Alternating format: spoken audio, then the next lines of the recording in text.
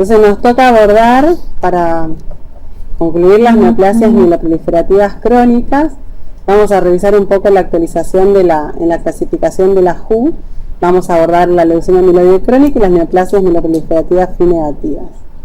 Entonces, dentro de la clasificación recientemente revisada en el 2017, los trastornos mieloproliferativos, las neoplasias mieloproliferativas, son las que ven en el listado: la leucemia mieloide crónica, BCR-ABL positiva, la leucemia neutrofílica crónica, la policitemia vera, la mielofibrosis primaria, la trombocitemia esencial, la leucemia eosinofílica crónica y las neoplasias mieloproliferativas inclasificables. Vamos a abordar hoy, a fines, digamos, prácticos, por un tema de prevalencia y por lo que tiene que ver, digamos, con las conductas terapéuticas y diagnósticas, la leucemia mieloide crónica, BCR-ABL, también llamada FI positiva, y dentro de las neoplasias mieloproliferativas, las llamadas FI negativas, que son la policitemia vera, la mielofibrosis primaria y la trombocitemia esencial.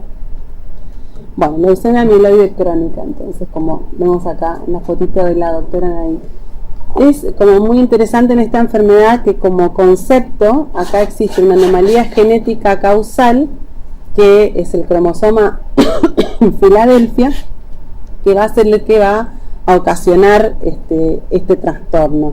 Es una patología adquirida, entonces, ese trastorno es adquirido, trastorno genético, y hay un incremento de la proliferación en la línea granulocítica sin pérdida de la capacidad de diferenciación. Perdón, me había agarrado el micrófono. A ver si... Hola. ¿Vos sí que...?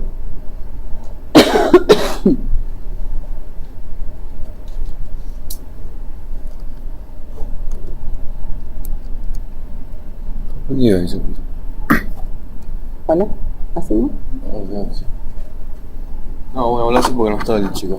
Bueno, entonces, este cromosoma Filadelfia, en realidad es este cromosoma que es más chiquitito, que es un cromosoma enano, el cromosoma 22, que recibe material genético del cromosoma 9 y a su vez trasloca material al cromosoma 9. Entonces, que un cromosoma 9 más largo que su contrapartida normal y un cromosoma enano. Acá está la causal de la leucemia mieloide crónica. En la hemopoiesis normal tenemos, acá en este gráfico que está bastante simplificado, tenemos una célula stem cell hematopoyética que tiene estas líneas punteadas acá porque es autorrenovable. Entonces está en un compartimento que va a dar lugar a células stem cell que serían de corto término en cultivo. Estas células a su vez pueden dar orígenes al progenitor multipotente linfoide, que también puede desviar a progenitor mieloide, y a la célula progenitora mieloide, que va a dar lugar a las células progenitoras de megacariocitos, eritroides y la línea de neutrófilos o macrófagos. Estos progenitores acá que les tracé la línea de puntos, ¿sí?, son ya progenitores linaje específico, ¿no? Como ven de este lado, comprometido a célula T, a célula B, linfoide, a megacariocito, eritroide y a neutrófilo. La característica que tienen es que van a responder entonces a los factores estimulantes tanto de colonia granulocítica, al receptor, tienen a la eritropoyetina y al MPL, que es el factor para el crecimiento de los megacariocitos. ¿Qué pasa en la leucemia mieloide crónica con este circuito normal? Todo esto es autorregulable. Esta característica que comentábamos de la alteración genética se produce a nivel de la stem cell, está autorrenovable, ¿sí? O sea que esta stem cell entonces va a aportar este rearreglo entre estos dos cromosomas, que es una alteración, entonces dijimos, estructural, es una translocación recíproca porque ambos cromosomas reciben material del otro. Esto da lugar a que se codifique una proteína anormal, que es la BCR-ABL, que es una proteína capaz de autofosforilarse en ausencia de sustrato. O sea, bajo condiciones normales, cuando se unen los factores que determinan su fosforilación, esta proteína se fosforila y después se autorregula y pierde, digamos, su capacidad de quinasa. Cuando se encuentra, digamos, bajo el comando de esta alteración genética, no es capaz de regularse y sigue con esta capacidad de autofosforilación. Entonces, cada vez que gana sus 3 fosfatos, es capaz de fosforilar a sus sustratos, son los residuos de tirosina. Por eso es una enzima con actividad de tirosina quinasa. Estas quinasas lo que van a producir es una un crecimiento y una proliferación de tanto los progenitores neutrófilos, eritroides y megacariocytos, que yo voy a poder encontrar, sobre todo al nivel de lo mieloide y de lo megacariocítico, el incremento y la proliferación, que es la característica de la enfermedad, ¿no? El aumento de la celularidad mieloide megacariocítica, el aumento de los leucocitos en sangre periférica y de las plaquetas. Eso también va a llevar a que, como estas células se acumulan, van a salir, se van a despegar de la médula y entonces las voy a encontrar en sangre periférica, donde normalmente no encuentro estos progenitores. En su historia natural, estas células inmaduras van a ir acumulando cambios citogenéticos. Hoy por hoy ya no lo vemos porque los pacientes se tratan ya precozmente, pero si uno lo dejara librado a su evolución, veríamos las 3 fases de la enfermedad. La fase crónica, que sin tratamiento dura unos 3 a 5 años, la fase acelerada, que tiene una duración variable, donde ya la respuesta a los tratamientos no va a ser tan importante, y la crisis blástica, donde ya la sobrevida es de unos meses, es indistinguible una leucemia aguda, pero todavía es más resistente al tratamiento que una leucemia de nodo. Bueno, ¿cómo es la presentación clínica? En un 85% de los pacientes la enfermedad se presenta en fase crónica, esto que decíamos antes de la historia natural, que va a durar unos 3 a 5 años sin tratamiento. Los síntomas que uno puede ver son bastante inespecíficos, fundamentalmente síntomas constitucionales, pero también puede haber, a partir del crecimiento del vaso, síntomas que tengan que ver con la saciedad precoz, el dolor abdominal. Son a veces frecuentes si hay una esplenomegalia importante, los infartos esplénicos. Y el paciente también puede tener sudoración nocturna y febrícula a medida que progresa la enfermedad. Cuando lo revisamos, el examen físico, vamos a encontrar hepatomegalia y esplenomegalia. A los fines de clasificar a los pacientes no hace falta, o sea, no es necesario estudios salvo que yo esté sospechando otra cosa, pero con poder asegurarlo con el examen físico está, digamos, suficiente para poder escorificar a los pacientes. En la fase acelerada, entonces, los síntomas progresan, y en la crisis blástica ya pueden aparecer sangrados producto de las posibles citopenias, el dolor óseo por la expansión medular y la fiebre. Y también aparecer adenopatías, donde vamos a poder tener focos de la enfermedad. En el laboratorio lo que vamos a ver, leucocitosis, entre 20.000, 100.000 y a veces más de 100.000 lóbulos blancos, con una típica cuadro de reacción leucoritroblástica. A diferencia de las leucemias agudas, acá, digamos, no va a haber hiato leucémico, o sea, yo voy a encontrar una continuidad de todos los estadios de maduración. Y es como si mirara un frotis de una médula ósea, cuando vemos la sangre periférica. Están todos los estadios intermedios de la maduración. Puede aparecer hiperuricemia, también aumento de la B12, y si uno hiciera el score de la fosfatasa alcalina leucocitaria, me daría bajo, porque se agota por la sobredía exagerada que tienen estas células que no mueren. En cuanto a la fase acelerada y la crisis blástica, entonces vamos a ver citopenias, donde el paciente va a tener menos de 100.000 plaquetas. Aparece ya el hiato leucémico porque aumentan las células inmaduras, los blastos pueden estar en más del 15%, promielocitos más de 30%, basofilia también con más de 20% de basófilos, y en la crisis blástica ya, digamos, hay un reemplazo por células inmaduras, por blastos, es indistinguible una leucemia aguda, sí, lo que uno tiene son citopenias a diferencia de las fases anteriores, y obviamente el hiato leucémico. Entonces, como decíamos, en la sangre periférica tenemos todos los estadios madurativos. Ven que es frecuente encontrar progenitores, acá precursores eosinofílicos, células, digamos, más inmaduras, mieloides, las plaquetas, ven que hay así como acúmulos de plaquetas que se pueden ver acá, porque el paciente puede tener trombocitosis. Y la eosinofilia y la basofilia. En cuanto a la médula ósea,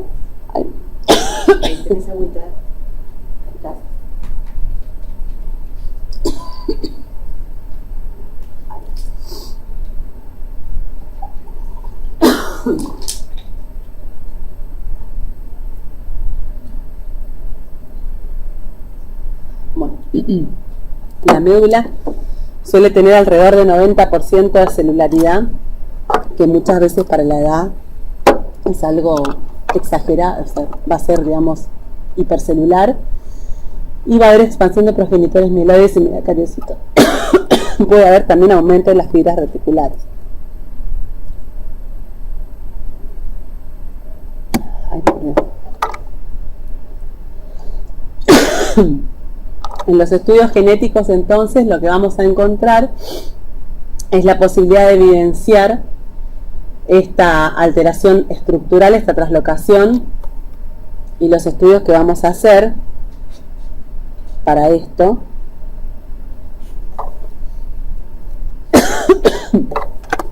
van a ser estudios de cariotipo por bandeo G para poder evidenciar la alteración cromosómica, un estudio de PCR para la RNA mensajero de la que codifica la proteína, esta BCR-ADL, si ven acá en naranja está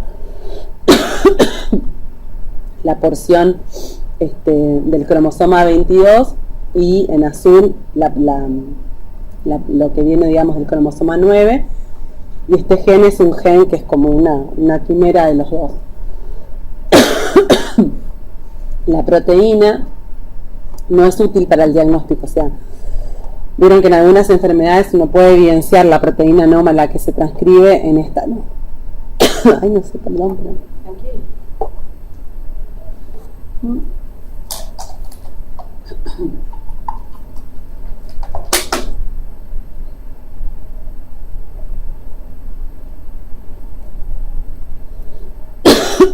Acá está de vuelta la fotito del cariotipo. Una alternativa más rápida, porque después les voy a explicar las desventajas que tienen. Nosotros necesitamos hacer rápido el diagnóstico. ¿Querés suspender, Rosario? Así que te pones así,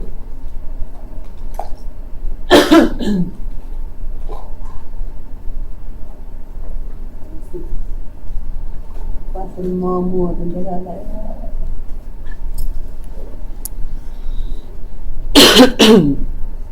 Bueno, ahí está la fotito del... Sí, estoy con ácido. Esta entonces es identificable por el estudio de Fish, que llamamos. El estudio de Fish, nada más. Entonces es una alternativa al cariotipo. Que el cariotipo tarda, la desventaja que tiene es que tarda mucho tiempo, y el Fish puede ser más sensible. Yo voy a marcar con unas ondas de color que van a ser evidenciables después por estos fluorocromos que son, digamos, que tienen estos colores, y voy a poder ver cuando están fusionados los dos genes, o sea, material genético del 22 con el material del 9, yo voy a ver la señal amarilla, ¿sí? Gracias. Bueno.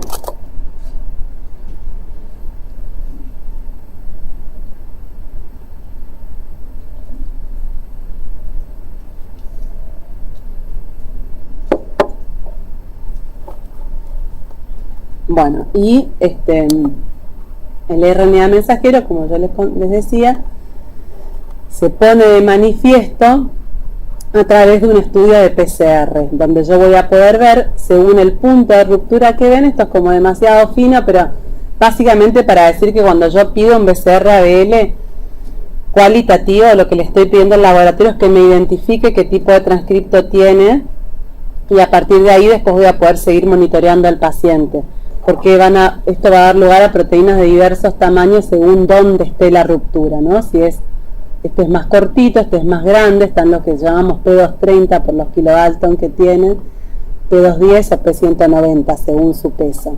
Y la proteína, como les decía, que no es útil para el diagnóstico. Pues acá están las ventajas y desventajas de cada uno, fundamental la certeza diagnóstica, y se puede realizar tanto en sangre periférica como en médula ósea, porque las células, digamos, tenemos una leucocitosis importante y hay mucha proliferación. Entonces, con el FISH la desventaja es el costo, y que no me sirve para seguimiento. Y con la PCR cualitativa lo que yo establezco es el tipo de transcripto, que es lo importante para después poder hacer el seguimiento.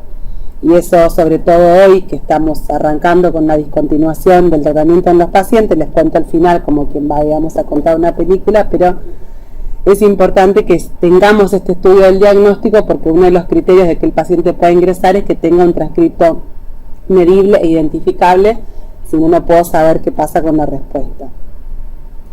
Bueno, acá de vuelta hay fotitos el rojo es el BCR, el verde la ABL, el amarillo la fusión. A nivel de la microscopía, entonces voy a ver en sangre periférica lo que ya contamos, en la médula ósea la hiperplasia amiloide, la translocación que se ve muy bien porque es muy notorio, este cromosoma larguísimo, y en la PCR donde yo voy a evidenciar cuál es, digamos, en la línea 1 están el BCR, ABL, que son, digamos, positivos, el control, y acá está la proteína que se transcribe anómala. Bueno, entonces es bastante fácil el tema de la fisiopatología, porque como les contaba, este efector se va a unir y va a estar constantemente fosforilando el sustrato y mandando señales de proliferación. Sin embargo, existe la posibilidad de inhibir a esta proteína con una molécula inhibidora de tirosina quinasa como el imatinib, que se une específicamente y en forma covalente al sitio de unión, evitando que siga reclutando moléculas de ATP, con lo cual va a dejar de tener grupo fosfato para poder fosforilar al efector, por lo cual se corta la señal. Entonces esta es una foto de lo que significó la llegada de este inhibidor de tirosina quinasa al mundo de la leucemia amiloide crónica. Y lo más importante es la obtención de respuesta completa tanto a 12 meses como a 18 meses con la terapia de imatinib, donde podemos ver que los pacientes que tienen una respuesta a los 12 meses, que son los de la línea amarilla, prácticamente no tienen recaídas y tienen una sobrevida libre de progresión cercana al 100%. Los pacientes que no alcanzan esta respuesta completa les va un poquito peor, y bueno, y el pronóstico no es tan bueno para los pacientes que no logran alcanzar respuesta citogenética completa, que les voy a explicar bien qué es. Si uno toma a los 18 meses el mismo parámetro, puedo seguir dividiendo los grupos. Esto se vio a muchos años de la actualización del tratamiento. Entonces, en la actualización de los 8 años, lo que se pudo ver es que si uno considerara solo las muertes relacionadas a leucemia amiloide crónica, hay un 93% de los pacientes vivos. O sea, esto para una enfermedad donde antes la única cura que existía era el trasplante halogénico, una enfermedad, digamos, que pueda afectar a pacientes de mediana edad, donde muy pocos pacientes eran candidatos a trasplante halogénico, todavía significa mucho más. Entonces esto fue lo que trajo el imatinib al mundo de la leucemia amiloide crónica, que es un tratamiento oral. Y por lo tanto, como decimos, cambió el paradigma de la leucemia amiloide crónica. Hoy, un paciente que en esta época se diagnostica con una leucemia amiloide crónica, si no tiene comorbilidades, tiene la misma expectativa de vida que un paciente no leucémico.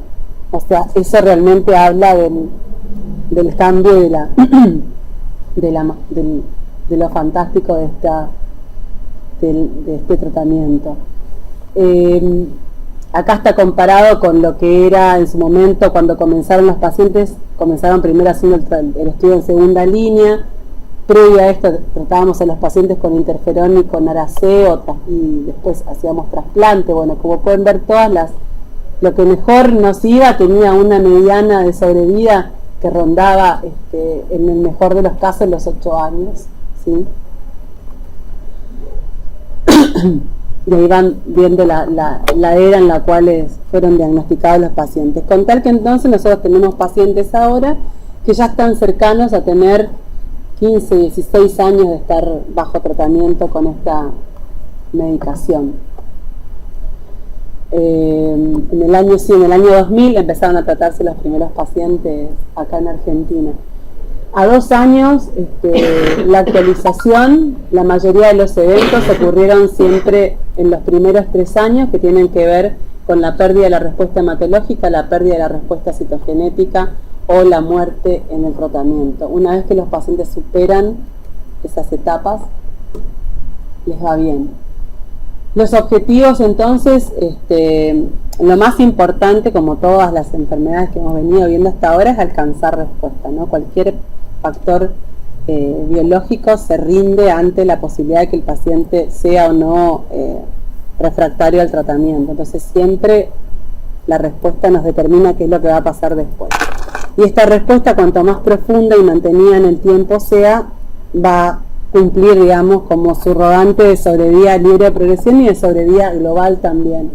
Entonces, si entendemos que esta enfermedad, la carga tumoral, está medida por la cantidad de transcriptos o de células leucémicas que tiene el paciente, entonces vamos a ir viendo que a medida que va transcurriendo el tiempo y los años en tratamiento, los pacientes van a ir pasando de la respuesta hematológica a la respuesta citogenética, después a la respuesta molecular mayor, a la respuesta completa 4, que es la disminución, entonces menos de 0,01% de transcriptos, menos de 0,032%, ya todo esto a partir de 0,01 y en adelante, para poder medir con certeza la profundidad de la respuesta, el laboratorio tiene que estar estandarizado para poder hacer estas PCRs de alta sensibilidad y estar de alguna manera homologado con laboratorios en el mundo. En Argentina y en Latinoamérica hoy existen alrededor de 20 laboratorios que están ya homologados y certificados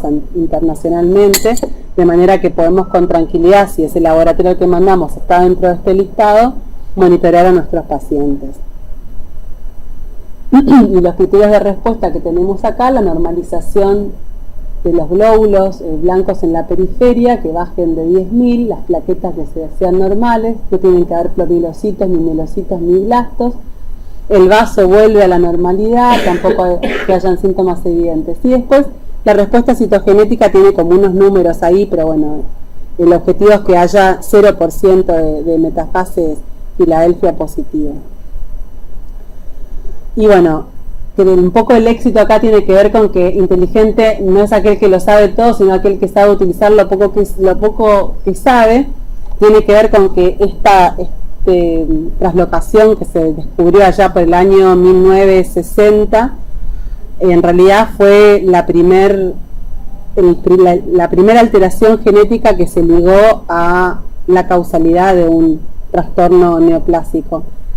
Se sabía muy poco en ese momento, porque ni siquiera se conocían los métodos para monitorear la PCR cuantitativa cuando comenzó el tratamiento, y sin embargo se tuvo un tratamiento exitoso que se aprendió a utilizar después con el tiempo y a sacar el mayor provecho.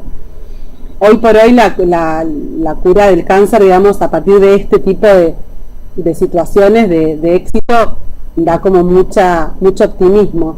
La situación es que, bueno, no hay muchos cánceres o neoplasias en los cuales una única alteración explique todo lo que pasa. De ahí que después del éxito de la leucemia mieloide crónica no hayamos tenido uno atrás del otro con el paso de tantos años. Pero un poco tiene que ver con eso, es una enfermedad única en esta característica. Y esto, cuando en su momento se encontró que el tratar, noquear, o sea, a ratones con introducirles este gen BCR-ABL, hacía que los ratones reprodujeran exactamente la misma enfermedad, o sea, la leucemia mieloide crónica de novo, fue lo que dio el puntapié a pensar en inhibir el producto de esta traslocación. Bueno, y así se logró. Entonces no es que sepamos mucho, sino que bueno, realmente justo se pudo aprovechar eso poco que se sabía. Esta es una publicación del año 2017, más de 10 años después del estudio pivotal, del estudio randomizado de fase 3, y donde el editorial dice que el imatinib cambió todo, y hace un poco esta reflexión que les cuento de que, bueno, uno hubiera esperado mucho más éxitos, pero que bueno, tiene que ver un poco con esto, pero es súper alentador. Acá no se ve con mucha definición la curva, pero simplemente para ver la diferencia esta que se mantuvo a lo largo del tiempo, y si la curva del lado de la interferón AC no bajó más, es porque todos estos pacientes fueron rescatados con imatinib. Por esa razón, el imatinib en segunda línea también es muy bueno, pero la diferencia entre ambas curvas nos dice que lo mejor es darlo en en primera línea, porque este estudio permitía crossover y no se censuró, digamos, al momento del crossover a los pacientes para sobrevivir. Y acá un poco la estimada de 10 años de sobrevida libre de leucemia, digamos, en el caso de que el paciente alcance una respuesta molecular mayor, esto es lo que está queriendo decir, digamos, le va mejor y es una P significativa, y también la sobrevida global a 10 años está influenciada por ese mismo parámetro, por el parámetro de la respuesta molecular la falta de respuesta molecular. O sea, tener respuesta molecular versus no tenerla es lo que influye para que el paciente tenga una sobrevida libre de enfermedad, una sobrevida global y muerte relacionada a leucemia estadísticamente significativa, que es bastante. Entonces, el responsable de el descubrimiento y el comienzo de los primeros trabajos es el doctor Brian Drucker, que él en algunas entrevistas que hizo citó esto que me parece muy sabio, que no dudamos que vamos a poder derrotar el cáncer. El tema es que requiere un conocimiento, y cuando entendamos qué es lo que está roto, lo podemos arreglar. Lo que pasa es que con la mayoría de las patologías todavía no conocemos bien, y generalmente hacemos, aplausos para él porque fue un genio. Bueno, con el tema de la respuesta molecular mayor, entonces está definida también, y la podemos analizar con la PCR cuantitativa, y lo que vemos es lo que pretendemos alcanzar es esta reducción de más de 3 log en los transcriptos. Bueno, de 0,1, en la escala internacional está que leo que tiene que estar media. Bueno, igual no es algo, pero bueno, tenemos diferentes escalas de respuesta y cada una tiene su momento. Entonces, un poco acá, seguimos con la... debe ser porque yo no tengo los anteojos. No se ve nítido. No, igual tampoco veía esto nítido, ahora por lo menos lo veo un poquito mejor. Lo importante acá con esta patología es que tenemos metas definidas en función del tiempo. Entonces no es que sirve en cualquier momento que yo pueda tardar. Lo que nos mostró el estudio de IRIS fue en qué etapas era un subrogante y de que después se demostró el alcanzar la respuesta molecular o la respuesta citogenética. Entonces hay estos que se llaman milestones. Si yo no llego a alcanzar eso en ese tiempo, indica un warning o indica falla y tengo que cambiar de tratamiento a otro inhibidor. Previo a investigar que el paciente pueda tener una resistencia porque de repente, adquirió una mutación o algo. Entonces es muy bueno porque con este indicador nos manejamos, que es como un semáforo, la verdad es que lo usamos mucho en la práctica, pero simplemente no es para que veamos cada uno, pero las diferentes guías de European Leukemia Net, la NCCN, guidelines establecen cuáles son esos puntos y cómo nos guiamos. Lo más fácil es la respuesta hematológica, es lo primero que queremos lograr y tiene que estar, lista en los primeros 3 meses. Yo tengo que tener al paciente como si no tuviera leucemia, con lo cual se dan cuenta que es bastante rápida la... Bueno, entonces, la forma en la que los vamos a monitorear va a ser con el cariotipo, con la qPCR en sangre periférica, y en caso de que yo evidencie que hay falla, como lo vimos en el semáforo, haremos el análisis de las mutaciones para ver si hay alguna mutación inducida en esta proteína anómala, en este transcripto anómalo, que hace que no responda a la unión del imatinib. ¿Cuándo las voy a pedir? Bueno, estos estudios por suerte se hacen acá en Argentina y se hacen bien, y está súper estandarizado también, así que está bueno porque podemos tratar bien a los pacientes. Y en el tratamiento de primera línea uno va a elegir, imatinib no es el único ITK, tenemos también el dasatinib y el nilotinib que están aprobados en primera línea, y recientemente el bosutinib. Uno va a elegir en función de la rapidez de la respuesta que necesite y en función del perfil de eventos adversos que tienen los fármacos. Entonces está bueno porque yo puedo ver mi paciente, qué tipo de paciente es. No es lo mismo un paciente añoso que un paciente más joven. En un paciente añoso, este objetivo de querer independizarlo del tratamiento, hoy por hoy digamos, no es tan importante porque sé que a muchos años yo puedo tener al paciente libre de enfermedad, entonces priorizo darle alguna medicación que sea la más tolerable, que hoy por hoy es el imatinib. En los pacientes más jóvenes, donde yo quiero alcanzar una respuesta rápida y cumplir con esa meta de tenerlo a los 12 meses en respuesta molecular mayor y después alcanzar la respuesta completa profunda, voy a elegir quizás, o me voy a inclinar por, si el paciente tiene algún factor de riesgo, elegir un inhibidor más potente. Los inhibidores de segunda generación son más potentes que imatinib, alcanzan la respuesta más rápida, pero en sobrevida son iguales. Por eso es que hoy por hoy están todos en la misma línea de inicio del tratamiento. En cuanto al perfil ven que en el medio, y por eso dije que era como bastante clínica la charla también, todos, digamos, tienen en común que pueden ser hepatotóxicos. Entonces, bueno, hay que como vigilar un poco eso cuando arranco con un paciente que tiene una hepatopatía previa. El imatinib, y esto es otra cosa importante, tienen todos efectos off-target, cuanto más y con diferente perfil. El imatinib lo que ocasiona es retención de líquidos, edemas, que sobre todo se dan en la primera parte del tratamiento, pero sobre todo a nivel de los párpados, tiene como una retención de líquido muy característica, y cuando uno tiene un paciente tratado con imatinib se da cuenta, puede ver en la sala de espera quién es, porque bueno, todos tienen como unas bolsas que son importantes, que hasta en algunos casos llegan a necesitar incluso tener que hacer algún tipo de cirugía para poder aliviar, pero por lo general, bueno, la retención de líquidos se maneja con restricción de salina, o sea, de la dieta que sea, digamos, baja en sodio, y se puede también obviamente incorporar diuréticos. Por lo general pasan los 3 primeros meses, estos efectos son como bastante, se induce la tolerancia. En la salinid tiene la retención de líquido, digamos, que si nosotros discontinuamos a un paciente de imatinib porque tiene retención de líquidos o requiere diuréticos, no lo vamos a pasar a asatinib, que su principal evento adverso es la retención de líquidos, sobre todo el derrame pleural, dentro de los eventos, y también derrame pericárdico.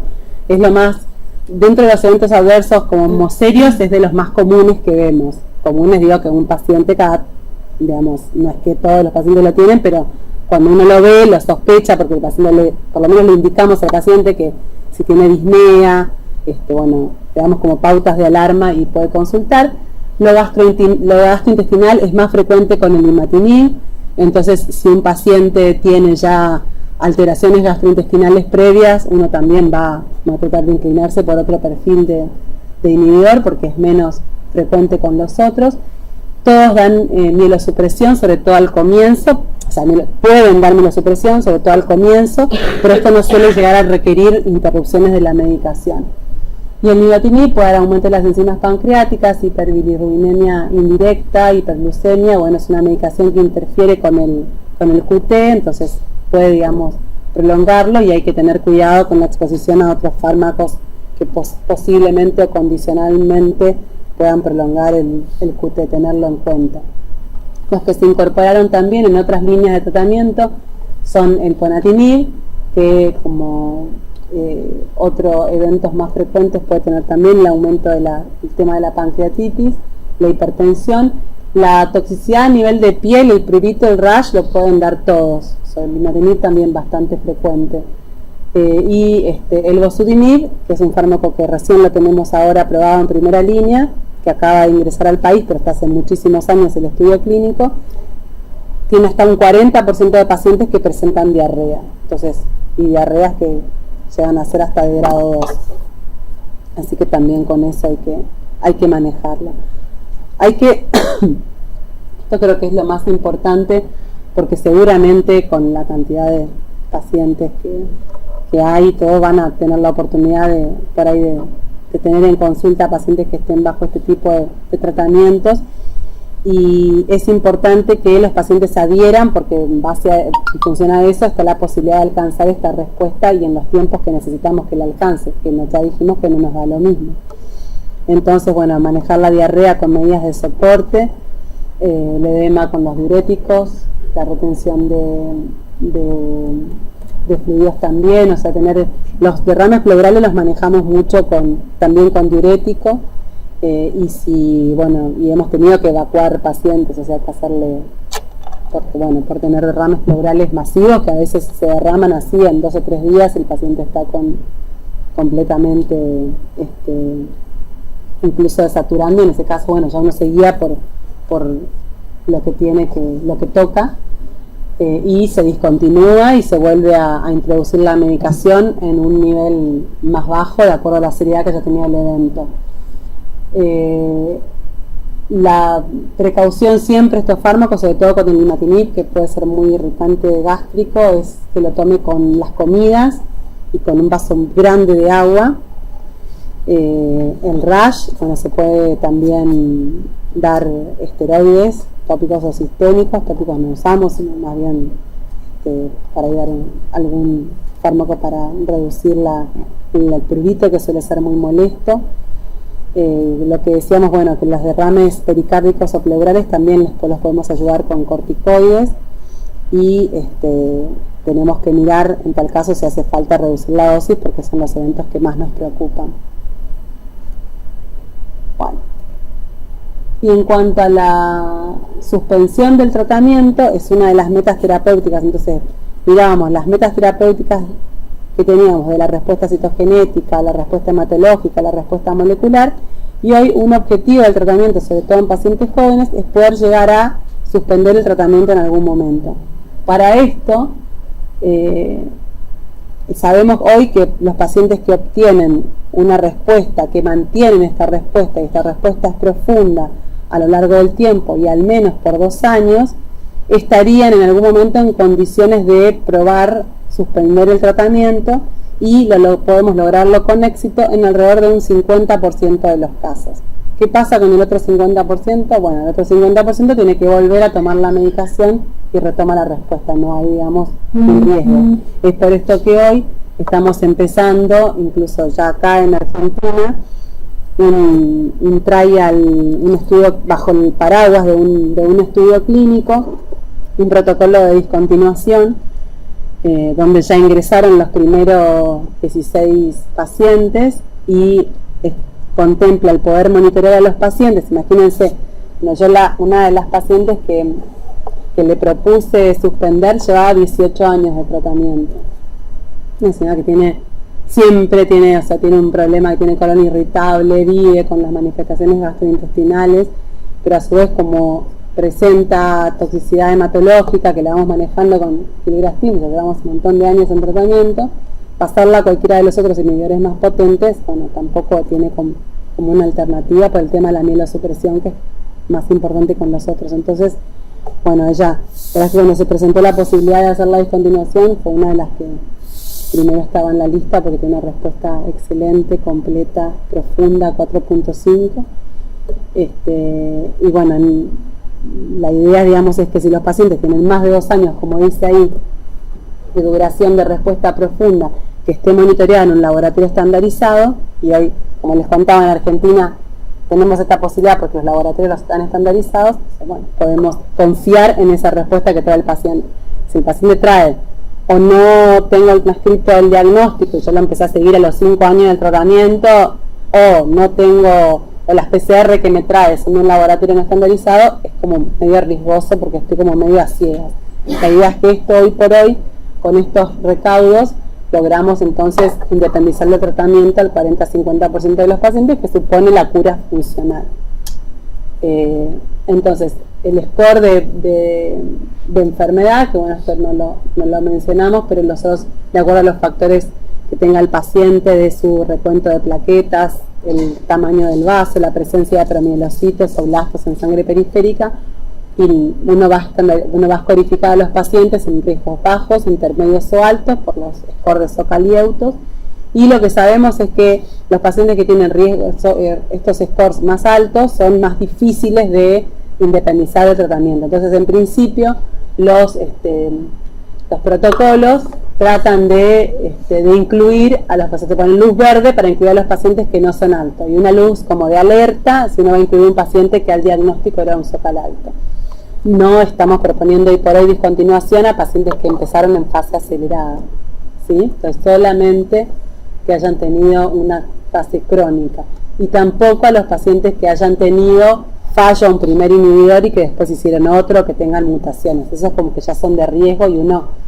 ¿Por qué? Porque en el paso del tiempo, así como decíamos que hay una única alteración que constituye la causal, la raíz de la enfermedad, cuanto más pasa el tiempo y va evolucionando, y por eso los pacientes se transforman a la fase acelerada y a la crisis blástica, se van adquiriendo otras anomalías.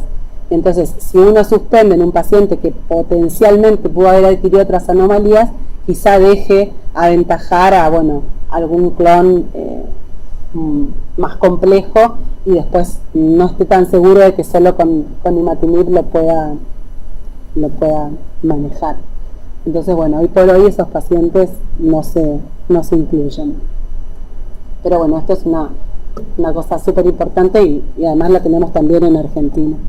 Así que otro aplauso por esto. Con el tema de las mutaciones, para establecer si hay resistencia, las hacemos si el paciente falló a las metas terapéuticas que se proponían, la meta de los 3 meses, de los 6, del año o de los 18 meses, que es hasta cuando esperamos que el paciente alcance esta respuesta mayor.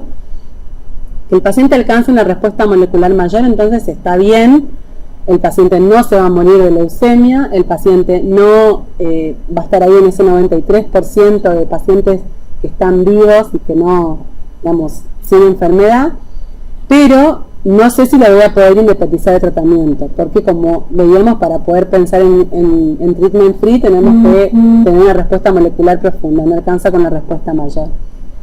Pero no le pido mutaciones a ese paciente. Cuando el número de transcriptos se incrementa más de 10 veces, yo pienso que algo puede estar fallando, entonces ahí sí hago un estudio de mutaciones, o si yo tenía una respuesta molecular mayor y la pierdo. El tema es que para poder hacer el estudio de mutaciones tengo que tener suficiente cantidad de material. Si yo de una respuesta 4.5 pasé a 4, que no es pérdida de respuesta, o pasé a una respuesta mayor, a veces cuesta tener transcriptos como para hacer un estudio de mutaciones y no lo puedo detectar por un tema de sensibilidad.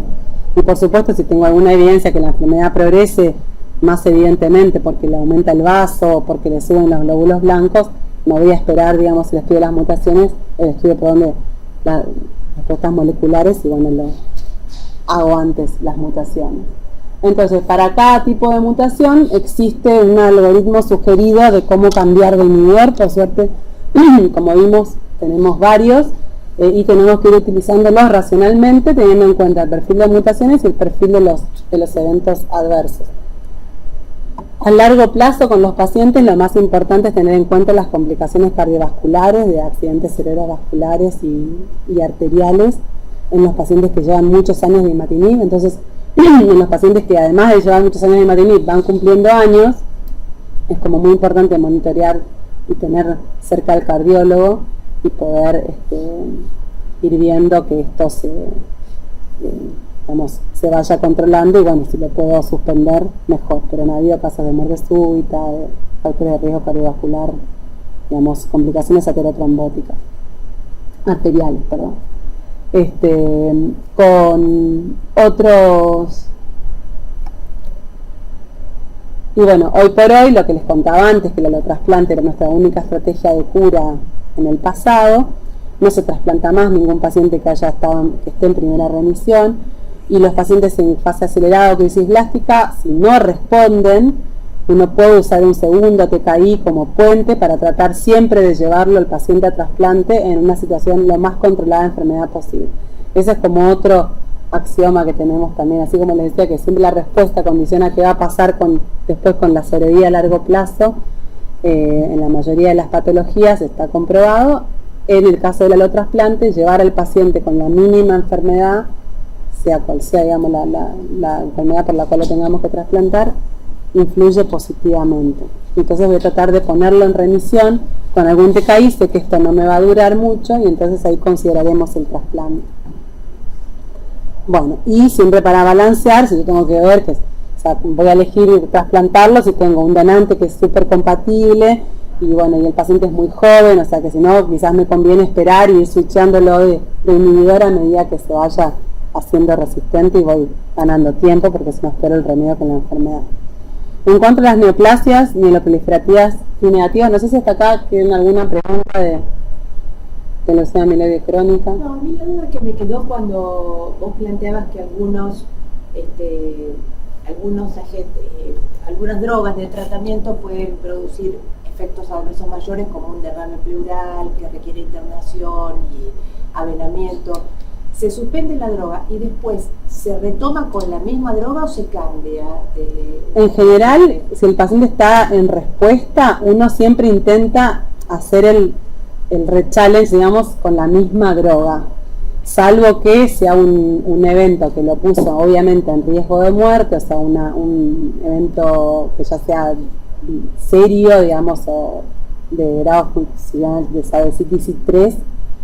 Entonces, bueno, ahí por ahí uno va a pensar y lo va a dudar en ponerlo. ¿Por qué? Porque nosotros generalmente es como que lo podemos manejar con las medidas clínicas y le vamos bajando, o sea, si fue muy importante o esto requirió, por ejemplo, avenamiento, entonces empezamos de 100 miligramos, que es la dosis que hacemos de ASA habitualmente, lo vamos a empezar en 70 miligramos y lo vamos a ir viendo y controlando muy de cerca al paciente. Y muchas veces hay pacientes que van a quedar con un poquito de derrame pleural y van a quedar ahí. Y no les hace nada, digamos, no les juega en contra porque por ahí es una lámina. Ahora, si ese paciente reproduce o con esos 70, cuando yo lo monitoreo la respuesta, no tengo la respuesta molecular que quiero, o sea, si va de la mano de no ser efectivo, entonces ahí sí planteo, digamos, el switch. Pero por lo general los pacientes que están con DASA son pacientes que suelen muchos de ellos ser una segunda línea, o por algo elegí ese perfil de droga, entonces a veces como que conviene quedarse y tratar de sacar como todo el fruto, digamos, de la medicación que uso y tratar de cambiarme por tolerancia una vez que hice, digamos, el camino correcto, que es esperarlo, tratarlo sintomáticamente, darle el soporte clínico y ahí volver. Hace poco tuve una paciente que encima tuvimos la mala suerte que la señora hizo un cáncer de tiroides en el medio de todo esto, y cuando me viene a ver yo la escucho y bueno, como que les hipoventilaba. Cuando había sido la cirugía de tiroides tenía ahí como un poquito la placa como un poquito velada, bueno, podía hacer algo perioperatorio porque le habían hecho todo un vaciamiento de ganglios del cuello. Y entonces, bueno, la mando a hacer una tomografía para valorar bien a ver si tenía derrame o no, y hace la dosis del yodo y ahí queda con esto que quedan todo en la casa, que no pueden salir, qué sé yo, la mandan y la señora no vuelve a traerme la tomografía. Yo hice tomografía casi me infarto, tenía todo evento. Cuando vine la señora tuvo que drenar y todo, avenar, pero la verdad es que en muy poquito tiempo, que fue esos días que estuvo en el periodo, ella siguió tomando su medicación y bueno, por suerte no pasó nada. Como yo le decía, se ve que estaba súper acostumbrada, que lo había ido haciendo lentamente y no pasó nada, pero en ese caso se le puso diurético, se le suspendió un par de días la medicación y la pudo retomamos a la misma dosis y encima se volvía a su ciudad. Estuvimos con la otra hematóloga viendo cómo seguía y bueno, pudimos hacer a la misma dosis. Una paciente que tenía el dasatinib como segunda instancia, o sea, no había tenido una buena respuesta al primero. Entonces, bueno, ahí todavía veníamos en muy buena respuesta molecular. Entonces, cuesta bajarse y cambiar. Y bueno, y no pasó más nada. Yo creo que fue un poco de la cirugía, un poco porque ya llevaba más de un año de medicación. Y generalmente estos eventos uno los ve cuando comienza el tratamiento en los pacientes. Hace poco también tuve otra paciente que nunca se le va el derrame pleural y bueno, como que a veces quedan ahí y a veces son un poco también peloteadas, por eso yo decía en esta charla que es como un poco más clínica, como por el médico, porque bueno, que vea el hematólogo a ver qué hace. Y está bueno como formar un equipo y tratar de como hacer el soporte que tenga que ser, suspender lo menos posible y después si hace falta tratar de ir a la misma dosis.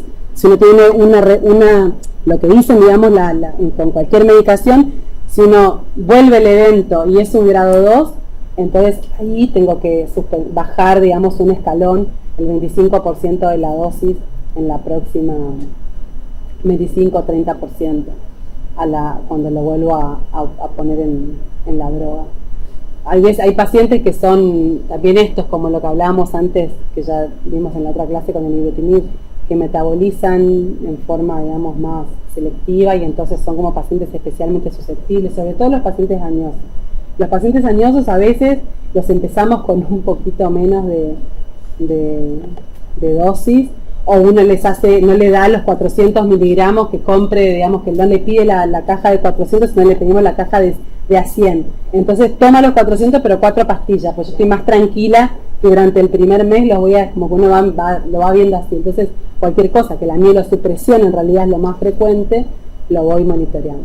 Hace poco otro paciente tuvo un paciente añoso que tenía un antecedente de una denuncia de próstata y tenía una insuficiencia renal muy leve, de un 80% de clearance, o sea, penitas, bueno, se fue también, como que profundizó su insuficiencia renal con el imatinib, bajamos la dosis a 300, después que le suspendimos unos días, le bajamos el único factor de haber comenzado la medicación, y la verdad que es un evento muy raro, y lo monitoreamos y estaba en buena respuesta, así que siguió con 300 y con esos 300 está bien. Yo supongo que el señor tiene 80 años, que por ahí le toca, a veces es así, o sea, el tema del hígado es un tema muy, vamos, es el órgano que metaboliza, así que en general con la medicación es así, tratar de, aparte de educar al paciente, contarle todo lo que le puede pasar. Entonces, bueno, empieza con un poquito de diarrea, no esperar a que tenga, no sé, 10 deposiciones, que sí o sí tiene que suspender. Bueno, empiece con dieta, no coma ciertas cosas que sabe que le va a dar diarrea, tome con un vaso grande de agua, tómelo con las comidas. Entonces los pacientes tienen miedo de tomar las medicaciones con las comidas y las toman y es al revés en este caso, ¿no? En otros no. Bueno, y yendo entonces a la policitemia vera, no sé si hay alguna otra pregunta de la amiloide crónica. Es divino, ¿no? Es como que ahora, sí, cuando a veces tenemos diagnóstico con pacientes es muy raro, porque uno dice, bueno, el otro día tenía un paciente que era un chico joven, y entonces le decía, bueno, esto puede ser un mieloproliferativo crónico, puede ser una leucemia. No me diga la palabra leucemia, decía el padre. Yo le decía, ojalá sea una leucemia, pensando, o sea, no, por ahí es como medio fuerte decirlo así, pero frente ahora vamos a ver cómo es el otro espectro de la contracara de los mieloproliferativos crónicos, que parece que fueran todo lo mismo, pero realmente nada que ver lo que es el background genético y de la disponibilidad del tratamiento. La población intravascular diseminada es más de la aguda, ¿no? Sí. Ese es otro punto importante, gracias porque la pregunta es importante. Yo puedo tener un paciente con 100.000 lóbulos blancos, 200.000 lóbulos blancos, y los pacientes no hacen lisis tumoral, pueden tener un poco de hiperglicemia, uno les va a decir que bueno, que se hidraten bien, no los tengo que internar para el manejo inicial, salvo que por ahí el cuadro sea como extraño y por ahí no se tenga muchas plaquetas, entonces bueno, se manifieste con algún debut de algún cuadro trombótico o alguna complicación, que no suele ser la habitual en mieloide crónica, sí más es de los otros mieloproliferativos. Pero si no, yo puedo empezar y darle los 4 comprimidos de imatinib y mandarlo a su casa y que vaya con líquido. Antes lo que hacíamos era empezar como a darle alguna citorreducción más rápida con hidroxiurea o con algún fármaco más tipo quimioterapia, y para empezarle el imatinib después. Hoy por hoy sabemos que podemos empezarlo, si no tiene, digamos, si el paciente de repente no se viene con mucho dolor a nivel, digamos, esplénico, le hago una ecografía y tiene un infarto, entonces yo sé que tengo que tratarlo más rápido. Entonces, bueno, si estoy preveniendo alguna complicación, y bueno, pero realmente la respuesta es muy rápida. Entonces no y no hacen ni lisis tumoral ni hacen leucostasis, porque son formas maduras. Y tampoco sangran porque tienen generalmente muchas plaquetas, pero tampoco tantas. Es rarísimo ver un paciente que tenga más de 800.000 o que llegue al 1.000.000 de plaquetas, como son las situaciones en las cuales los mieloproliferativos sangran. Así que eso es como bastante fácil para el manejo. Lo importante es, antes de que comience a tomar la medicación, que yo tenga hecho el diagnóstico. Ningún financiador me va a dar un inhibidor de tirosina quinasa si yo no le demuestro el BCR-ABL. Y no quedarme con el citogenético, con el FISH solo, porque hoy sabemos que tengo que tener la PCR para poder después el día de mañana suspender, porque si no, chao. Si entró en respuesta, perdí el transcripto y nunca más voy a saber qué tuvo. Bueno, entonces en la policistemia vera, la amilofilosis y la trombocitemia esencial son estas que llamamos mieloproliferativas. Phi negativa por exclusión, porque no es el BCR-ABL el problema que tienen ellas. Hace poco, digamos, hubo una revisión de los criterios y les voy a contar algo que es para un poco lo más relevante, no hacer hincapié en cosas que no lo son. Vamos de vuelta a nuestro grafiquito. Entonces, acá, a diferencia del anterior, que era una única alteración genética que determinaba que yo se la podía meter a un ratón y hacer una leucemia mieloide crónica de nuevo, acá son desórdenes de la stem cell mieloide, pero comparten mutaciones. Hay un espectro genético, que no es una única alteración, que va a resultar esas diferentes mutaciones en una activación constitutiva de una vía de señalización fundamentalmente, que es la vía de la Janus quinasa, la quinasa que llamamos la vía del JAK. En muchas de ellas muta el JAK, pero en muchas otras mutan otros genes y el fenotipo es la activación de la vía del JAK. Entonces las que más frecuentemente encontramos, así en general, son el JAK2, TALR y MPL. Estos son todos genes que tienen que ver con la sensibilidad de la célula de responder a sus factores estimulantes de proliferación. La EPOL, la GCSF, el MPL. Entonces conllevan una activación constitutiva de esta vía y por lo tanto la proliferación. Entonces es como algo medio en común. Entonces no está lindo decir eso de bolsa de gatos, pero realmente son entidades que se superponen bastante desde la clínica y es medio un esfuerzo, si uno no es hematólogo, decir, bueno, esto es una trombocitemia esencial. Esto está como medio complicado a veces porque los bordes son bastante cercanos, pero sí es importante tener en cuenta cuáles son los factores de riesgo para las complicaciones, porque todos estos pacientes tienen en común que tienen una muy baja tasa de transformación a leucemia o de progresar y tener como la enfermedad, como hablábamos antes en la leucemia mieloide crónica, que el problema más es la fase acelerada, la crisis blástica, la manifestación de leucemia aguda. Acá son las complicaciones fundamentales, las trombóticas. Entonces, los pacientes pueden ser asintomáticos o pueden venir con un prurito, que lo llamamos el prurito acuagénico, típico que sale de bañarse y le pica. Eso es muy característico, sobre todo cuando utiliza agua caliente. El disconfort abdominal en el cuadrante superior izquierdo, de vuelta por el crecimiento del vaso. Trastornos visuales pueden tener también, así como amaurosis fugaces o visión borrosa, lo que tiene la rubicundez facial y el enlentecimiento a nivel, digamos, de lo que uno ve en las manos. Femelalgia, los síntomas constitucionales son más marcados en la mielofibrosis. Entonces, si el paciente tiene mucho síntoma constitucional, mucha fatiga, es una enfermedad que tiene mucha liberación de citoquinas, y se dice que todo lo proinflamatorio genera como este estado de mucho síntoma constitucional en el paciente. Las organomegalias, y también puede presentarse con el debut de un cuadro trombótico arterial o venoso en sitios sinusales, que es lo primero que nos tiene que llamar la atención en un paciente sin antecedentes que haga una trombosis en un sitio inusual, como por ejemplo a nivel esplénico. Y el sangrado. Entonces, los pacientes generalmente van a tener eritrocitosis, una hemoglobina que va a estar para las mujeres mayor a 16 o igual, para los hombres 16.5. Esos son los nuevos cortes que pone en esta nueva clasificación de la WHO, con lo cual se baja un poquito el escalón y entra ya un espectro de gente más normal. Trombocitosis mayor a 450.000 plaquetas, la leucocitosis, que generalmente mayor a 7000, hay algunos algoritmos que ponen para investigar en contexto de otros síntomas, la LDH aumentada, que eso también va a tener que ver con la eritropoyesis ineficaz o con el reemplazo de la médula ósea. Cuando más un paciente va evolucionando a una mielofibrosis, lo que vamos a ver es que le aumenta el vaso y que aumenta la LDH. El score de FAL, que acá en este caso va a ser normal, y la B12, que va a estar también aumentada. Entonces acá un poco para poner como el espectro en este cuadrito que se superpone, digamos, un poco, cuando yo voy a apuntar a una policitemia vera, ¿sí? Entonces en sangre periférica lo que yo generalmente voy a ver es el aumento del hematocrito, ¿no? Acá está comparado con lo normal.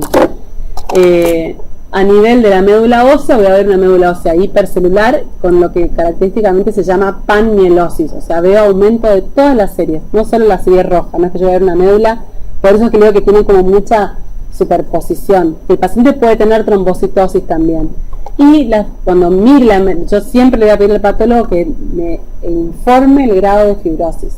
No alcanza con que diga, bueno, tiene que informar de acuerdo a los criterios establecidos qué grado de fibrosis tiene, porque eso también es importante para el pronóstico, para clasificar una policitemia y no estar frente a una mielofibrosis en fase proliferativa. La trombocitemia esencial, entonces lo que voy a ver característicamente es las plaquetas altas, y también a veces puedo ver agregados de acúmulos de plaquetas. En la médula ósea, a diferencia de la policitemia, donde yo voy a tener distintos tamaños de megacariocitos, acá los megacariocitos son grandes, con muchas lobulaciones en el núcleo, que se llaman los megacariocitos en asta de ciervo, y bueno, la fibrosis tampoco tengo que tener mucha. Y cuando ya estoy en una mielofibrosis, el paciente, depende del estadio de su mielofibrosis, va a poder tener entre a veces hematocrito normal o estar ya anémico, o si es una evolución de una policitemia vera, puede todavía tener el hematocrito alto y comenzar a agrandarse el vaso. Pero yo en sangre periférica voy a ver las características, anomalías a nivel de la serie roja, que ven que acá son todos como bastante parecidos. El FOTI ya me va a empezar a informar un montón de cosas extrañas, fundamentalmente el tema de los gastriocitos, que es lo que más me va a llamar la atención a pensar en una mielofibrosis. En la médula ósea, entonces, lo que voy a ver es la celularidad, que puede estar, depende de la fase en la que esté, más gastada o menos gastada, pero lo característico es la fibrosis. Entonces esto el patólogo me va a informar y vamos a juntar los criterios diagnósticos. En cuanto al espectro genético, comparten las mutaciones. O sea, tanto policitemia vera como trombocitemia esencial como mielofibrosis, que vamos a ver cuáles son los criterios clínicos, así como hoy por hoy como establecidos para decir cuál es cuál, van a compartir background genético. Entonces la mutación del JAK no solo va a estar en la policitemia, sino también va a estar en la mitad de los pacientes con trombocitemia y en más de la mitad de los pacientes con mielofibrosis. Es la misma mutación, esta característica que la B617F, valina por fenilalanina. La característica entonces es que la trombocitemia también puede tener la KLR mutada, un poquito de mejor pronóstico, de DPL, o ser triple negativo, no encontrar ninguno de los tres genes mutados. En la mielofibrosis distribuye, digamos, con una muy baja cantidad de proporción de pacientes que son triple negativos. El porcentaje de transformación leucémica en general que tienen todos los pacientes es de 7%. El cuco que tenemos acá son las trombosis y la transformación a mielofibrosis a lo largo del tiempo. O sea que cualquiera de estos dos termine en una fase mielofibrótica, que es lo más complicado para el manejo del paciente. El JAK tiene un 100% de correlación entre sangre periférica y médula ósea, así que a estos pacientes generalmente arrancamos con el JAK. No vamos a hacerle una médula ósea de entrada, ¿sí? Esperamos siempre, porque así nos ahorramos de punzar pacientes por ahí normales. Obviamente una vez que terminamos ahora vamos a ver de estudiar las causas secundarias. Y en los triples negativos, ven que el azul está en un pequeño porcentaje en la policitemia vera, también la trombocitemia y la mielofibrosis. Entonces, ¿estos qué son? Bueno, el año pasado salió una publicación que es como un poco la ruptura del paradigma de esto que decimos que no son tres enfermedades, sino que serían una condición genética que derivaría en que digamos, la presentación clínica varía en este espectro de enfermedad mieloproliferativa, y la distinción de impacto pronóstico no sería lo clínico, sino el background genético. Acá se subdivide a los pacientes en 8 tipos, en 8 grupos, con diferentes pronósticos y con diferentes posibilidades. No sé por qué me quedó este encima, porque la idea era que me quedaba primero solo. Cada uno tiene diferentes manifestaciones. El grupo 5 más policitemia vera, igual que el 6. En el 7, bueno, como que de acuerdo a cuál es el background genético, la forma clínica que más va a tener. Es realmente algo que fue como también muy revolucionario para esta enfermedad. Es más, diseñaron una herramienta que está, digamos, disponible, en el suplemento, es una publicación de New England Journal of Medicine, y tiene un sitio donde uno va, puede poner todas las características del paciente y la base de datos lo compara contra la base de datos del trabajo y lo que van construyendo. Entonces uno puede aproximar el pronóstico, la posibilidad de pielofibrosis, la posibilidad, uno pone qué fenotipo tiene, qué hematocrito tiene, cuántas plaquetas tiene, o sea, ponen todos los datos clínicos, fenomegalia, si no, y después pone si tiene CalR, MPL, JAK2. Si nosotros hoy acá no hacemos otra cosa, o sea, todo el resto de las mutaciones son muy digitadas de acuerdo al paciente, pero si no hacemos esas 3 y ya que es suficiente que tenemos con eso, entonces uno va poniendo eso y le puede decir su paciente en qué lugar estaría del mundo de acá a 10 años. Así que bueno, está bueno. Igual cuando uno le habla a los pacientes de querer estudiarlos más profundos genéticamente, normalmente no quieren. Lo cual creo que yo también en el lugar tampoco querría mucho si uno por ahí los va a tratar más por el tema del riesgo de las complicaciones trombóticas y esos manejos clínicos. Así que bueno, entonces este espectro genético lleva en forma, digamos, conjunta a la activación del JAK, y esto es lo que va a tener el correlato terapéutico importante que ahora vamos a ver. En el laboratorio, entonces, yo de un paciente yo puedo tener, esto sería lo que sería un hematocrito normal, ¿no? El porcentaje de plasma, el leucocrito y las células rojas, y el hematocrito alto falso, que está dado por la primera causa, que pensar que no es una contracción de volumen, que obviamente voy a tener otros parámetros en el laboratorio que ustedes se van a dar cuenta, me pueden por ahí sugerir. Es típico cuando tenemos pacientes con anemia, que dicen, ¿sabes qué bien que está la anemia? Y en realidad vamos a mirar la urea y está, pero bueno, ya está, no lo confundimos. Bueno, entonces el tema de este falso hematocrito alto, que es por contracción de volumen. Entonces acá, por ejemplo, hay un ejemplo, esta es una publicación muy linda de Spiva, de un New England, que es como un review de todos los mieloproliferativos, y me gusta porque ya va como con esta idea de que es todo un espectro tuvo muchas críticas porque es medio como simplista la revisión, pero me parece que está bueno a los fines de mirar el tema de las complicaciones y demás.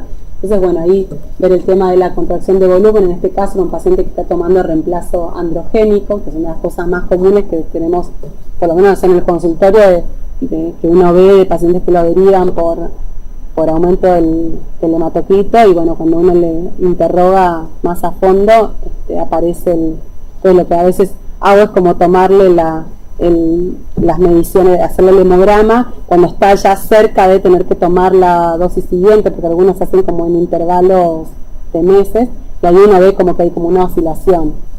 Entonces, bueno, hablamos con el endocrinólogo, vemos los factores de riesgo del paciente. Eventualmente el paciente podría querer seguir y tener que hacer alguna sangría o algo. La verdad es que tuve 2 pacientes en esa situación yo personalmente, y bueno, un paciente lo perdí porque, no sé, habría otro hematólogo después, pero no quería, digamos, como dejar el reemplazo, y bueno, cambió la formulación, y el otro paciente, digamos, es como que está como espaciando más. Entonces, bueno, vamos a ver ahora porque hace menos tiempo que lo estoy siguiendo, pero es una cosa que cuando uno la pregunta, muchas veces la encuentra. Y después, bueno, la eritrocitosis de verdad, o sea, sí que yo tengo un aumento de la masa globular, por ejemplo, secundario a una fístula arteriovenosa, o lo que sería la verdadera policitemia vera, que también tiene un aumento de plasmático, no solamente la masa globular, y podría simular un hematocrito normal. Sin embargo, no va a haber, digamos, la hemoglobina que va a estar aumentada. Entonces, en este caso, un paciente, por ejemplo, que viene con una trombosis de vena venosa hepática, o sea, es como que yo ya voy a aproximar a esos pacientes con algo hay una revisión que dice que bueno, que un 26%, creo que lo tengo más allá, de los pacientes que vienen con una trombosis en sitios esplénicos puede llegar a tener un trastorno mieloproliferativo, y bueno, de una tendríamos que pedirle el JAK2. Incluso aunque no tuviera el picture hematológico de pensar en eritrocitosis, leucocitosis, trombocitosis. Por esto que veíamos recién, que puede tener el volumen plasmático también aumentado y no darme cuenta yo que tiene el hematocrito alto. Entonces la eritrocitosis relativa, la que veíamos antes, que la disminución del volumen plasmático, y la secundaria, las más comunes.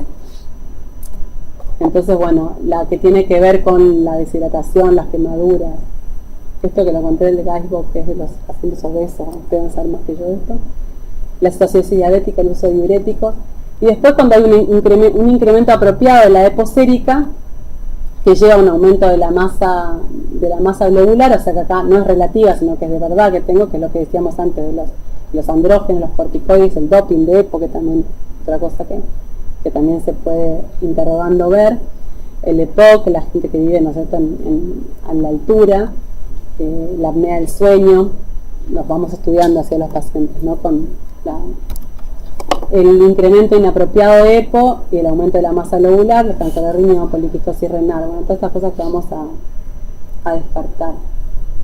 Cuando tenemos que estudiar a un paciente que sospechamos que tiene una neoplasia mieloproliferativa y tiene poliglobulia, arrancamos con el JAK, porque como vimos antes, cuando yo estoy con el espectro fenotípico de la policitemia vera, el 90% y más, 95% tienen una mutación del JAK. Entonces es como que tengo bastante chance de pescarla si es por un mieloproliferativo y una policitemia vera. Voy a hacer el dosaje de EPO, pero la EPO es un criterio menor. Entonces si yo junto los tres criterios mayores, ni siquiera necesitaría el dosaje de EPO. Pero bueno, ayuda, porque incluso la EPO puede llegar a estar normal, y si yo tengo los criterios mayores es una policitemia vera. Entonces, bueno, más que nada, creo que está puesto así en todos los algoritmos para no perderme un paciente por subestimar y decir, ay, no, tiene lo único que yo podría llegar a encontrar es la EPO alta, y entonces ahí decir, no, esto es una causa secundaria y tengo que ir a investigar por qué un tumor productor de EPO. Pero si no, es como que puede llegar a estar normal y tener el mieloproliferativo. Entonces, por eso la dejo ahí, pero uno haría primero el exón 14, que es el más común, este es el B617F, y si no las mutaciones del exón 12, que son más raras, porque son solo poliglobulias, un fenotipo así muy benigno, solo poliglobulias. Entonces, bueno, voy a ver ahí, voy a ver el nivel de EPO, si la EPO es baja o es negativa, tengo que juntar un criterio más y el JAK2 es negativo, entonces tengo que ir a hacer la biopsia para ver por qué el paciente tiene, quizás ahí encuentre a lo mejor otra patente de mieloproliferativo, encontrar la panmielosis, los megacarcitos maduros, o sea, la hipercelularidad para la edad, bueno, me voy a la policitemia vera, o sea, la voy a poder diagnosticar, junté criterios, ¿sí? Y si el JAK es el JAK2, la EPO, perdón, es normal o alta y el JAK2 es negativo, bueno, ya sé que estoy frente a alguna otra, y si tengo, digamos, esplenomegalia o plaquetas altas, entonces, bueno, voy a terminar haciendo la biopsia médula ósea con grandes posibilidades de encontrarme el tema de la mielofibrosis, ¿sí? Y si no, bueno, investigar qué puede hacer el tema de las situaciones reactivas o secundarias y considerar el estudio de eritrocitosis familiar, que es rarísimo, pero que bueno, con hacer un hemograma a la familia uno puede verlo.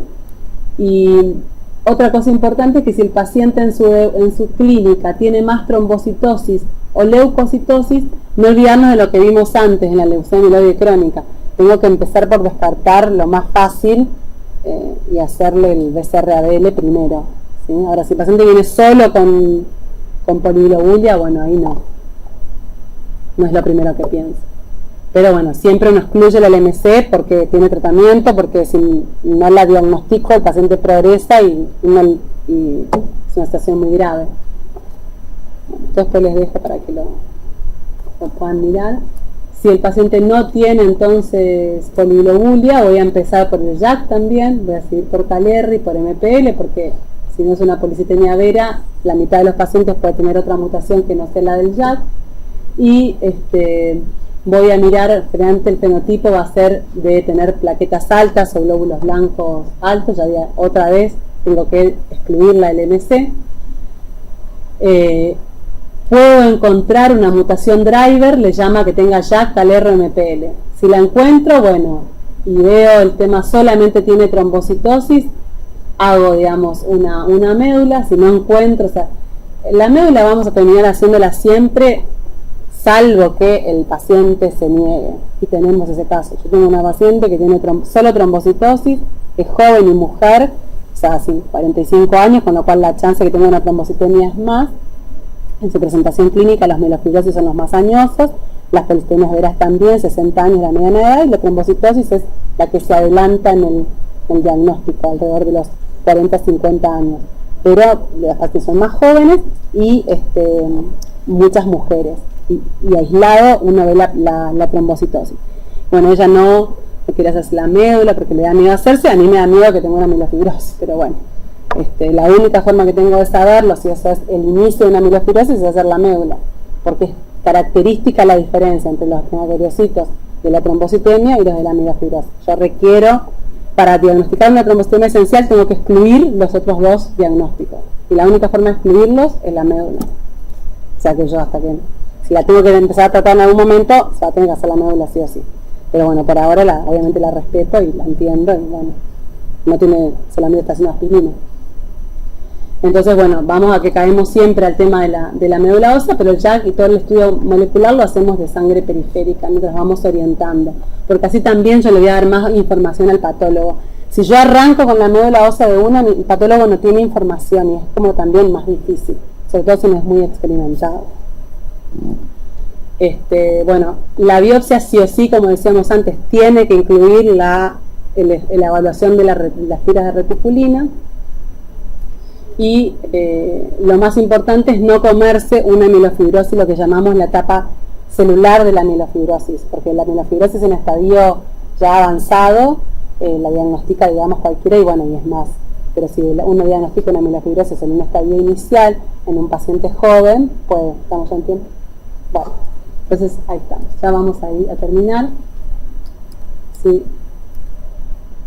Bueno, para ir a cómo evaluamos el tema de la trombosis y del sangrado. Los eventos entonces que vamos a tener son las complicaciones, y se van a ver más en los pacientes que tienen una mielofibrosis que en los que tienen una real trombocitemia esencial. Por eso es importante diferenciarlas, y el JAK2 puede estar presente en cualquiera de las dos. En cuanto a la trombosis en las neoplasias mieloproliferativas, tienen que ver también con esta situación inflamatoria que comentábamos, que tiene que ver con la interacción leucocito-plaqueta y la disfunción endotelial.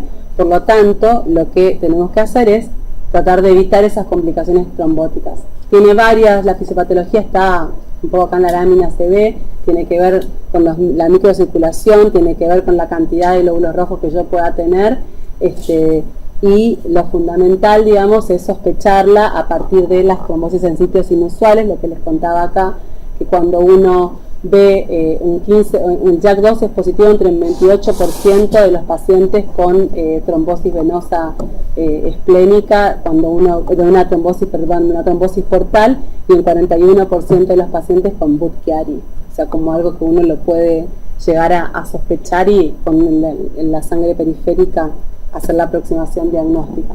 Y después me parece que es bastante también como interesante que todo lo que suma para tener digamos, valores altos de PCR que se van a asociar con mayores posibilidades de trombosis en los pacientes, bueno, tiene que ver con la edad, tiene que ver con tener un fenotipo más de policitemia, o sea, la poliglobulia, lo que hablábamos antes. El tener el JAK2 le imparte de por sí una carga de posibilidad de que trombose más al paciente, y obviamente el haber tenido un antecedente de trombosis. Por eso de ahí se surgieron, además del escuadro pronóstico, y poder agrupar a los pacientes. Es un trabajo también muy lindo que les dejo para que lo puedan ver. porque bueno, un poco habla también, a mí me gustan estos estudios que son, estos trabajos que aproximan como un espectro a la patología y no centrarme en cuál es cuál, porque si no, si por alguna razón quedó mal diagnosticado el paciente, por ahí subestime el riesgo de complicación que pueda tener. Entonces, siempre pensar que el tener la mutación del JAK lo va a poner al paciente, digamos, ya no va a ser muy bajo el riesgo. Si ya tengo el JAK, de por sí es una alteración que predispone más a la trombosis. Esto es lo que el IPSET que uno lo toma en la trombocitemia esencial. Y en lo convencional, por la tabla que veíamos antes, la edad siempre nos va a dar más riesgo de trombosis, que el paciente tenga riesgos vasculares o la mutación del JAK, entran en los nuevos factores de riesgo que consideramos, y ahí vamos construyendo los scores y designando si el paciente requiere o no tratamiento. Digamos, hacer citorreducción o solo antiagregación, que es lo que le vamos a hacer a todos los pacientes, ¿sí? Entonces, muy práctico para esto son las guías de la sociedad que están disponibles para todo el mundo, digamos, en la web de la sociedad, por eso aproveché ponerlas ahí, uno cliquea, incluso hay una app y se puede revisar rápidamente si tuviéramos algún paciente de estos dando vuelta en qué categoría de riesgo cae, como para poder saber si se puede suspender la anticoagulación, si no, si es algún evento, como lo estudiemos. Entonces, el target del tratamiento en la polistemia vera, sí o sí tengo que mantener el hematocrito a menos de 45%. Ese es como el hematocrito por debajo del cual disminuye en forma significativa las complicaciones trombóticas o las complicaciones cardiovasculares. Entonces, para esto, si el paciente es joven, lo voy a manejar con flebostomía, o sea, haciéndole, digamos, sangrías, los 100 a 500 mililitros con reposición isotónica, isovolémica, y el problema es que los pacientes requieren muchas sangrías muy seguido, van a hacer ferropenia. Si yo corrijo la ferropenia, se me va otra vez el hematocrito arriba, o sea, es medio difícil es medio como una cosa que antes flebotomía sola no le podemos hacer a nadie, así que tenemos que reducirle un poco. Y aspirina, ¿sí? La antiagregación, todos los pacientes tienen que recibir dosis bajas, y si tiene alto riesgo de trombosis porque tiene factores de riesgo cardiovasculares que no los podemos controlar, siempre el paciente viene y va al cardiólogo, o sea, ni bien lo diagnosticamos, se recomienda, bueno, duplicar la dosis de aspirina. Y la citorreducción, que se comienza en los pacientes que tienen riesgo aumentado, o que no se los podemos manejar con flebotomía solo, empezamos con hidroxiurea, que es la medicación de inicio, y para algunos pacientes que son jóvenes y que no tienen perfil, digamos, de que van a responder o que no van a tener mayores eventos adversos, podemos también utilizar interferón, que es un muy buen tratamiento y es el único tratamiento que hoy por hoy puede reducir la carga alélica del JAK, o sea, ir como para atrás con esa mutación. En segunda línea, el ruxolitinib, que es un inhibidor específico del JAK y que ya fue aprobado para la polistemia vera y también para el tratamiento de la mielofibrosis. Es muy eficaz para frenar la tormenta de citoquinas que tiene que ver con los síntomas de la fatiga que tienen los pacientes y el tamaño del vaso. En la trombocitemia, entonces, los factores de riesgo, y de acuerdo a cómo lo verifique el paciente, voy a hacer, digamos, a guiarme para lo que tengo que hacer. Pero bueno, todos los pacientes, cuando los diagnosticamos, aspirina para todos. Es otra también forma fácil de ver cuando yo lo considero a lo largo, ¿no? De tanto sea trombocitemia esencial y polistemia vera, y agregando que si el paciente tiene polistemia vera, siempre, además de todo lo que tenga que ver con la prevención cardiovascular específica o la citorreducción, voy a tener que tener en cuenta el hematocrito target que hablábamos, de 45%, que a veces no es fácil de mantener. Bueno, y con respecto a una cosa diferente en los mieloproliferativos, nada más, acá termino, es que los pacientes tienen un riesgo aumentado de progresión a leucemia o progresión a mielofibrosis en fase gastada, digamos, y terminó si el paciente es muy joven, y las diferentes mutaciones que acompañan a las clásicas CALR, JAK2 y MPL pueden buscarse para establecer y mejorar, digamos, pronóstico, para mejorar la aproximación pronóstica. Y si el paciente, digamos, tiene indicación, uno podría pensar, porque la mediana sobrevida es de 6 años, o sea, es muy baja para un paciente joven, que uno lo llevaría, según la estadificación que tenga, a pensar en un trasplante halogénico. Vieron que es la única en la que mencioné el trasplante halogénico, ¿sí? Así que bueno, esto es donde, acá con esta con esto, digamos, termino un poco el espectro. Fundamental teniendo en cuenta esto de digamos, las complicaciones son más importantes, tienen que ver con lo cardiovascular y lo trombótico y no tanto con el riesgo de progresión a leucemia o amilofibrosis. Entonces son pacientes jóvenes, tenemos que tener los cuidados, los factores de riesgo cardiovasculares y la antiagregación.